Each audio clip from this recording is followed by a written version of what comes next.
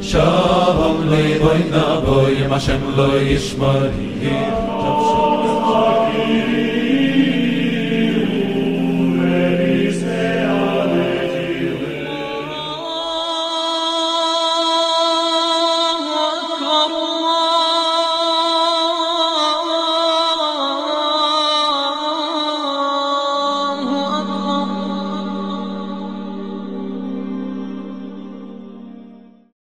L'islam est apparu dans un environnement scientifiquement et culturellement primitif, un environnement de mythes, de fables et de falsifications idolâtres. Pour expliquer tout phénomène à cette époque, la pensée scientifique dominante était la pensée aristotélicienne. Elle était elle-même une pensée superstitieuse, bien sûr, et bien entendu une pensée superstitieuse pour nous, de par ce que l'on sait de la science moderne, comme nous l'avons expliqué dans l'épisode précédent. Mais cette pensée superstitieuse était la science à cette époque. Toute cette science aristotélicienne est pour nous aujourd'hui dépassée, elle est même drôle à lire car on sait que c'était des mythes. Sauf que le noble Coran a été révélé à cette époque, dans cette culture, et parlait de faits scientifiques, médicaux, cosmiques, etc. dans plus d'1 millier de versets. Où veut-on en venir? Si le Coran venait d'un autre qu'Allah, il aurait copié la culture de cette époque avec tous ces mythes scientifiques. Et nous aurions aujourd'hui des erreurs scientifiques manifestes. Mais étonnamment, les chercheurs ou les spécialistes de l'islam, avec toute leur attaque sur l'islam, n'ont pas pu trouver un seul verset qui contredit un seul fait scientifiquement prouvé. Ceci est une preuve en soi pour chaque non-croyant, athée, chrétien, juif ou autre, que le texte coranique est divin. Comment un livre sorti il y a plus de 1400 ans peut-il contenir plus d'1 millier de versets qui traitent des questions scientifiques sans aucune contradiction avec la réalité d'aujourd'hui? Les athées ne peuvent pas trouver une seule contradiction dans ce livre. Ne méditent-ils donc pas sur le Coran? S'il provenait d'un autre qu'Allah, ils y trouveraient certes maintes contradictions. Il est encore plus surprenant que toutes les solutions et explications aux problématiques scientifiques qui ne sont pas encore résolues s'approche de l'explication du Coran. Car nous le rappelons, la science moderne n'a pas réponse à tout. Le noble Coran n'est pas seulement sans contradiction, mais il mentionne également des explications. On a bien dit il mentionne. Il mentionne également des explications aux problématiques scientifiques. Certaines de ces problématiques n'ont jamais été traitées auparavant ni par la science, ni par des idéologies, ni par la philosophie. Ces problématiques n'ont été résolues que récemment. Première problématique, l'origine de l'univers. Les gens pensaient que l'eau primordiale, à la vie de chacun, était l'origine et même la source de cet univers. Cette conception a été celle des Sumériens, Babyloniens, Cananéens et les Égyptiens au temps de Pharaon. C'était la culture du Moyen-Orient. L'eau, primordiale à la vie, est le premier matériau de la création, selon leurs croyances. Dans le mythe sumérien, Namu est la source de l'univers. Namu signifie littéralement eau primordiale. L'eau est la source de cet univers selon le mythe sumérien. Dans le mythe babylonien, Tiamat est l'eau dont le monde est issu. La même conception se retrouve aussi dans le mythe pharaonique. Nun, l'eau, est la source de cet univers. Dans le mythe cananéen, l'eau primordiale est appelée Yam. Cette même notion a été retrouvée dans les mythes de l'Inde et du Japon. C'était la culture des civilisations antiques. Même les interprètes bibliques ont véhiculé cette notion. Et les philosophes grecs suivaient le même principe. L'eau est le principe de toute chose, comme disait Thalès de Milet. C'était la croyance du monde à cette époque. Ensuite, le Coran a été révélé à Muhammad sallallahu alayhi wa sallam et nous a indiqué que l'univers était de la fumée et non de l'eau.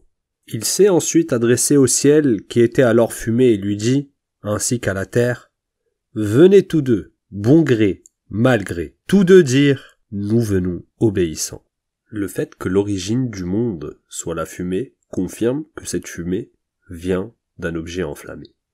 C'est une information qui n'a été dite que par la science moderne, et personne ne l'a dit avant, excepté le Coran. Ces étoiles, ces planètes, étaient toutes de la fumée avant d'apparaître. La substance des orbites dans le ciel est de la fumée, non de l'eau. Nous répétons le verset.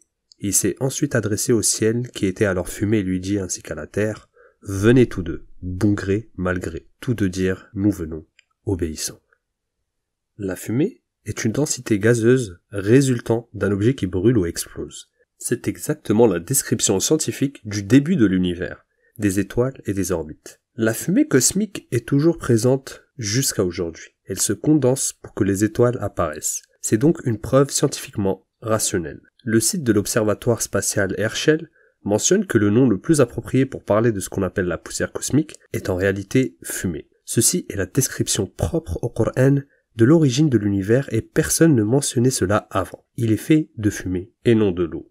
De quoi se demander comment font les athées, ou en général les ennemis de l'islam. Personnellement, je comprends leur peine, eux qui essayent de trouver un moyen d'effacer les preuves de cette religion, mais au contraire, ils n'effacent que leur cœur. La vérité n'est pas affectée, quelle que soit la façon dont on rafistole le mensonge autour d'elle, même avec 1000 rafistolages. La vérité restera vraie, le mensonge restera faux. Deuxième problématique. Allah subhanahu wa ta'ala dit « Le ciel, nous l'avons construit avec des mains, et nous l'étendons constamment dans l'immensité. » La base de la relativité générale d'Einstein est que le ciel est construit. Oui, le ciel est construit. Et l'espace-temps, entrelacement de l'espace et du temps, forme un véritable tissu sur lequel tournent les corps célestes. C'est ce que Einstein lui-même a dit dans son article sur la relativité générale qu'il a écrit en 1916. Il a littéralement dit « Le ciel n'est pas qu'un espace. Ce n'est pas seulement un écran dans lequel apparaissent des corps célestes. Le ciel est plutôt une infrastructure. » Ce sont littéralement les mots d'Einstein. Une infrastructure affectée par l'énergie et la masse. Donc, le ciel est construit. Et, aujourd'hui, c'est scientifiquement prouvé. En 2016, 100 ans après l'article d'Einstein, l'ondulation des ondes gravitationnelles sur le tissu de l'espace-temps a été avérée. Cette découverte a remporté le prix Nobel de physique en 2017. Le ciel, donc, n'est pas un écran ni un espace, comme on pourrait l'imaginer, mais c'est plutôt une construction. Est-ce que le ciel s'étend? Jusqu'à l'époque d'Einstein, les gens pensaient que le ciel était statique. Il ne rétrécit pas, ni ne s'étend pas. Un univers statique. Même Einstein a lui-même soutenu cette hypothèse. Mais en 1929, quelque chose a changé à jamais notre vision de l'univers. La science a découvert que l'univers s'étend. Le ciel s'étend. Cette découverte étonnante a été repérée par le télescope Hubble. Aujourd'hui, cette découverte est considérée comme une donnée scientifique avérée. Il existe même une loi qui permet de mesurer l'expansion de l'univers ou la distance par rapport à une galaxie, appelée la loi de Hubble. C'est donc un fait scientifiquement incontestable, comme l'a dit l'astrophysicien Andrew Liddell.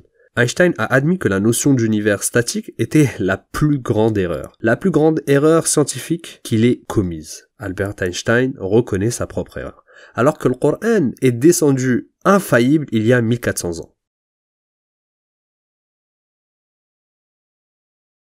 والسماء بنيناها بأيد وإنا لموسعون. Troisième problématique. Les rayons du soleil en pénétrant dans l'atmosphère terrestre lors du lever du soleil réchauffent la surface de la Terre par rayonnement. Ainsi, cette chaleur de la Terre se transmet à l'air par convection. Cet air, au fur et à mesure que sa température augmente, se dilate, et donc sa densité diminue et se déplace vers le haut. Ceci est un principe physique où les corps les plus chauds remontent toujours à la surface, par exemple la fumée, dont la notion secouriste de se mettre au sol lors d'un incendie, afin de ne pas respirer l'air de la fumée. Et l'air frais se retrouve toujours à ras du sol. Donc, l'air qui monte vers le haut le matin provient de la respiration de tous les êtres vivants de la veille. Ce phénomène étonnant se produit chaque matin. L'air de la surface terrestre est remplacé par un autre air frais. Ce processus est scientifiquement connu sous le nom de la circulation atmosphérique, comme si la Terre était un énorme poumon qui respire chaque matin. Et le Coran a mentionné cet impressionnant phénomène scientifique. Allah subhanahu wa ta'ala dit « Et par l'aube quand elle exhale son souffle ». Et c'est littéralement ce qui se passe. La Terre respire chaque matin comme les êtres vivants. Elle expulse l'air contenant du dioxyde de carbone vers le haut et cet air est remplacé par un air frais et bon. Dans le prochain épisode, Inch'Allah, nous parlerons d'autres versets et de nouvelles preuves de la véracité de cette religion. Assalamu alaikum. سنريهم آياتنا في الآفاق وفي أنفسهم حتى يتبين لهم أنه الحق أولم يكف بربك أنه على كل شيء شهيد ألا إنهم في مرية من لقاء ربهم ألا إنه بكل شيء محيط.